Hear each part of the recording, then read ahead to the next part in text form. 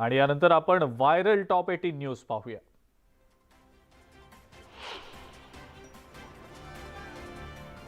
उमर सय्यद शबान नावाच्या तरुणानं चक्क पाण्यातून सर्वात उंच उडी घेत नवा इतिहास रचलाय। तरुणानं पाण्यातून 2.3 मीटरची उंच उडी घेत गिनीज बुक ऑफ रेकॉर्ड्समध्ये आपलं नाव नोंदवलेलं आहे आणि याचा व्हिडिओ सध्या व्हायरल झालाय।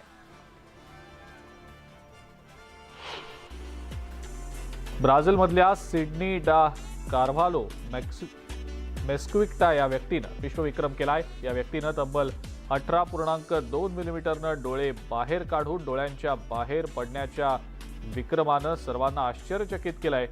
त्याचा डोळे बाहेर काढण्याचा व्हिडिओ सध्या व्हायरल झालाय।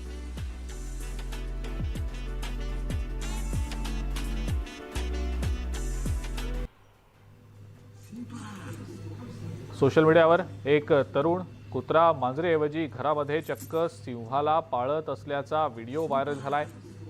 हा सिंह या माणसापेक्षा आकाराने दुप्पट मोठा दिसतोय। सिंहाला पाहून कुणीही घाबरून जाईल, पण या माणसानं आपल्या घरातच सिंह ठेवलाय।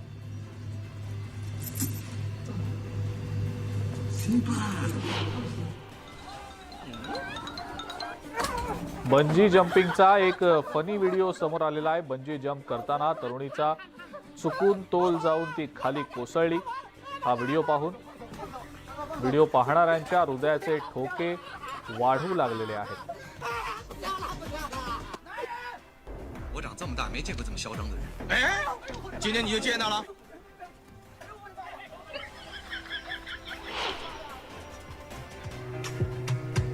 सध्या व्हायरल झालेलं काम डाऊन हे गाणं एका तरुणानं सॅक्सोफोनवर वाजवत सर्वांचीच मनं जिंकली आहेत। भर रस्त्यात या तरुणानं काम डाऊन वाजवत सर्वांचंच लक्ष वेधून घेतलंय।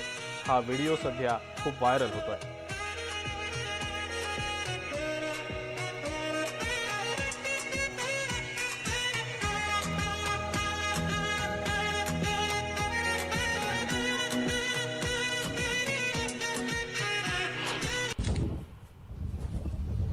चिंपांझीनं चक्क स्ट्रॉचा वापर करून पॅकेटमधल्या ज्यूसचा आस्वाद घेतल्याचा एक व्हिडिओ सध्या सोशल मीडियावर व्हायरल होतोय।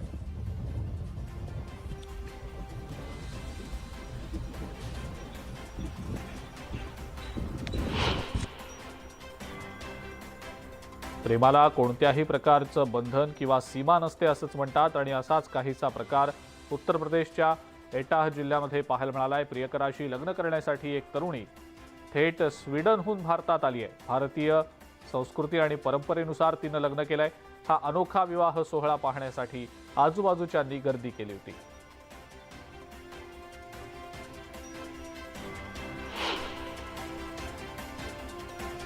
एखादा कुत्रा दुसऱ्या कुत्र्याशी किंवा मांजराशी भांडताना आपण पाहिलं असेलच, मात्र कुत्र्याला वाघाशी भांडताना पाहिल्याचा एक व्हिडिओ सध्या प्रचंड व्हायरल होतो आहे सोशल मीडियावर। या व्हिडिओला खूप पसंती देखील मिळतेय। या व्यतिरिक्त सिंह, वाघ आणि कुत्रा यांच्यातली जबरदस्त झुंज सुरू असल्याचं या व्हिडिओमध्ये पाहायला मिळतंय। एक कुत्रा वाघाच्या कानाचा चावा घेण्याचा प्रयत्न करतोय। कुत्र्यानं वाघाचा कान घट्ट पकडलेला आहे। व्हिडिओमध्ये एक सिंह सुद्धा शेजारी बसल्याचं दिसतंय। आणि यानंतर आपण राज्यातल्या टॉप 18 न्यूज पाहूया। सीबीएसई आणि मंडळांशी संलग्न सर्वच शाळांच्या कागदपत्रांची तपासणी करण्याचा निर्णय शिक्षण आयुक्तांनी घेतलाय। राज्यभरातील जवळपास 2600हून अधिक शाळांच्या कागदपत्रांची तपासणी करण्यात येणार असून त्यात कागदपत्र बनावट आढळल्यास संबंधित शाळांवर फौजदारी कारवाई करण्यात येईल। अनेक वर्षांपासून प्रलंबित राहिलेली तलाठी भरतीची प्रक्रिया लवकरच सुरू होणार असून राज्यामध्ये 4000 पदं भरली जाणार आहेत। पुणे, नाशिक, औरंगाबाद, कोकण, अमरावती आणि नागपूर या विभागातील सर्व जिल्ह्यांमधली रिक्त पदं एकाच वेळेला भरण्यात येणार आहेत।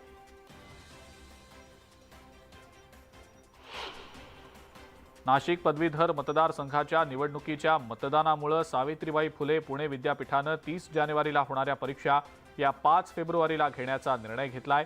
हा निर्णय पुणे, अहमदनगर आणि नाशिक या तीनही जिल्ह्यांसाठी लागू असेल।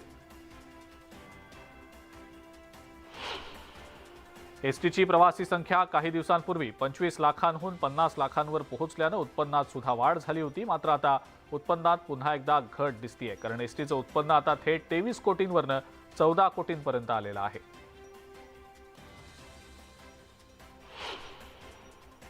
आज उपनगरीय रेल्वे मार्गावर मेगा ब्लॉक घेतला जाणार नाहीये, त्यामुळे हार्बर, मध्य आणि पश्चिम रेल्वे मार्गावर आज मेगा ब्लॉक नसेल. वीकेंडला बाहेर पडणाऱ्यांना त्यामुळे मोठा दिलासा मिळणार आहे.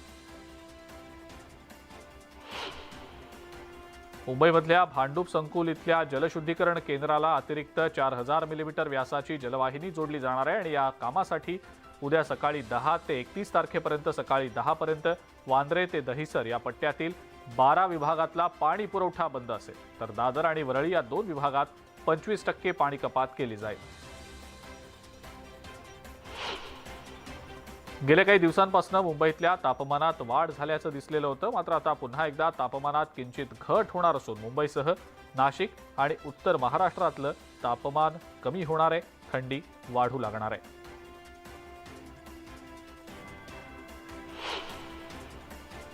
मुंबईतल्या हवा प्रदूषणामध्ये दिवसागणिक वाढ होतीये. शनिवारी देखील मुंबईतला AQI हा 325 वर पोहोचल्यानं शहर अतिप्रदूषित स्थितीमध्ये होतं.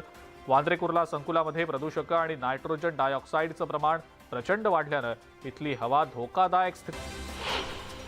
आगामी सिंहस्थ कुंभमेळ्याच्या दृष्टीनं विकास कामांसाठी राज्य सरकारकडून पुरेसा निधी जिल्ह्याला दिला जाईल असं आश्वासन उपमुख्यमंत्री देवेंद्र फडणवीस यांनी दिलेलं आहे. आगामी कुंभमेळ्याबाबत लवकरच सविस्तर आराखडा सादर करण्याच्या सूचना सुद्धा त्यांनी दिलेल्या आहेत. केंद्र सरकारनं तांदूळ खरेदीबाबत नवी नियमावली जारी केलेली आहे, त्यामुळे देशामध्ये तांदळाच्या किमती कमी होण्याची शक्यता आहे. FCI कडून राज्यांना 34 रुपये प्रति किलो दरानं तांदूळ मिळणार आहे.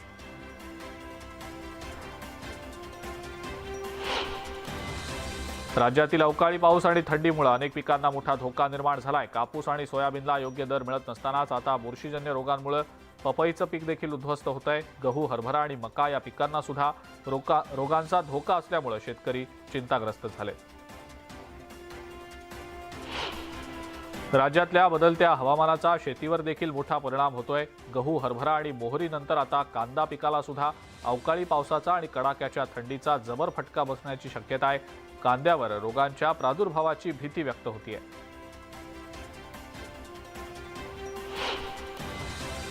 मुंबई विमानतळ कस्टम्स विभागानं 8 प्रकरणांमध्ये 4,75,00,000 रुपये किमतीचं तब्बल 9.5 किलो सोनं जप्त केलंय. या प्रकरणी 2 प्रवाशांना अटक करण्यात आलेली असून हे दोघेही अझरबैजान देशातले नागरिक आहेत. सोलापूरच्या बार्शीमधील शेकडो लग्नाळू युवकांची वर-वधू परिचय मेळाव्याच्या नावाखाली फसवणूक झालेली आहे. बार्शीमध्ये वधूवर परिचय मेळावा घेतला गेलेला होता, मात्र या मेळाव्यामध्ये वधूच नव्हत्या. या प्रकरणी वधूवर मंडळ चालक, एजंट आणि एका महिलेला ताब्यात घेण्यात आलेला आहे.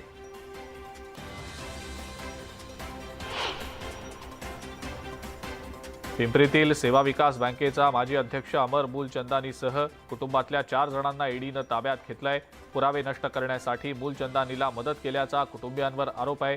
या सर्वांना अटक होण्याची शक्यता आहे.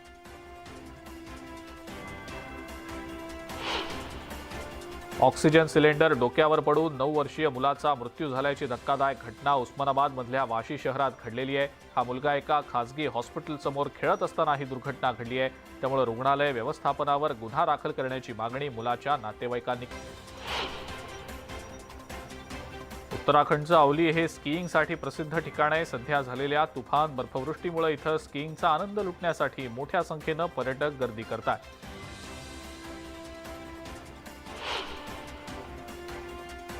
अयोध्येच्या राम मंदिरामध्ये प्रभू श्रीरामांच्या बाल स्वरूपातल्या मूर्तीसाठी नेपाळमधून शाळीग्राम शिळा आणण्यात येणार आहेत.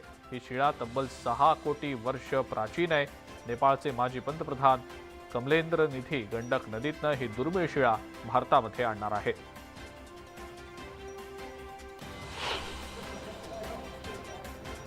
वडोदऱ्यातल्या फिरोजपूरमध्ये ग्रामस्थांनी चोरट्याचं मुंडन करून गावात त्यांची धिंड काढली. या प्रकरणी पोलिसांनी चोरट्यानं ताब्यातही घेतलंय. 4 ग्रामस्थांच्या विरोधात देखील तक्रार दाखल केली आहे.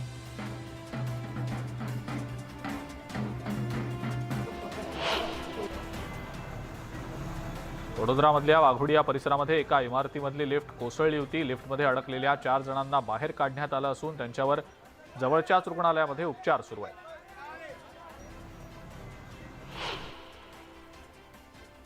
भारत चीन सीमा वादावरनं परराष्ट्र मंत्री एस जयशंकर यांनी काँग्रेसवर निशाणा साधलाय। विरोधक नेहमी चीननं जमिनीवर कब्जा केल्याची चर्चा करतात, पण ही जमीन 1962 मध्येच चीननं बळकावलेली होती, हे काँग्रेस कधीच सांगत नाही असं म्हणत जयशंकर यांनी काँग्रेसवर हल्लाबोल केलाय।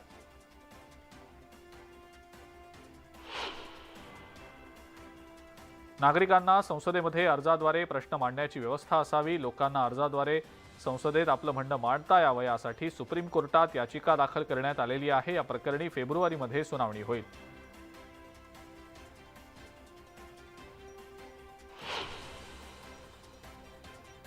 काश्मीरच्या श्रीनगरमधील हुरियत कॉन्फरन्सचं कार्यालय जे आहे त्याला सील ठोकण्यात आलंय। राजबाग इथल्या परिसरामध्ये हे कार्यालय होतं। UAPA अंतर्गत ही कारवाई करण्यात आलेली आहे।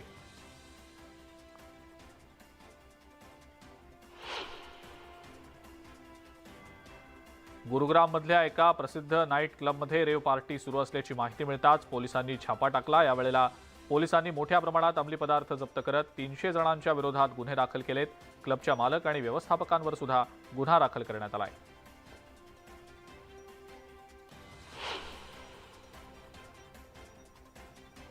उत्तर प्रदेशच्या लखीमपूरमध्ये दुचाकी आणि कारची धडक होऊन दुचाकीस्वार गंभीर जखमी झाला होता आणि यावेळेला मदतीसाठी धावलेल्या लोकांना भरधाव ट्रकनं चिरडलं।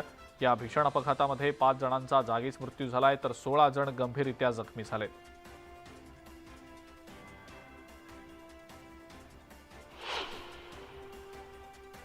उत्तर प्रदेशातल्या सीतापूर इथं आठवडी बाजारामध्ये अचानक एका दुचाकीला आग लागली। दुचाकीला लागलेल्या आगीमुळे काही काळ बाजारामध्ये गोंधळाचं वातावरण होतं। या दुचाकीला आग लागली का लावली याचा तपास पोलीस करतायत।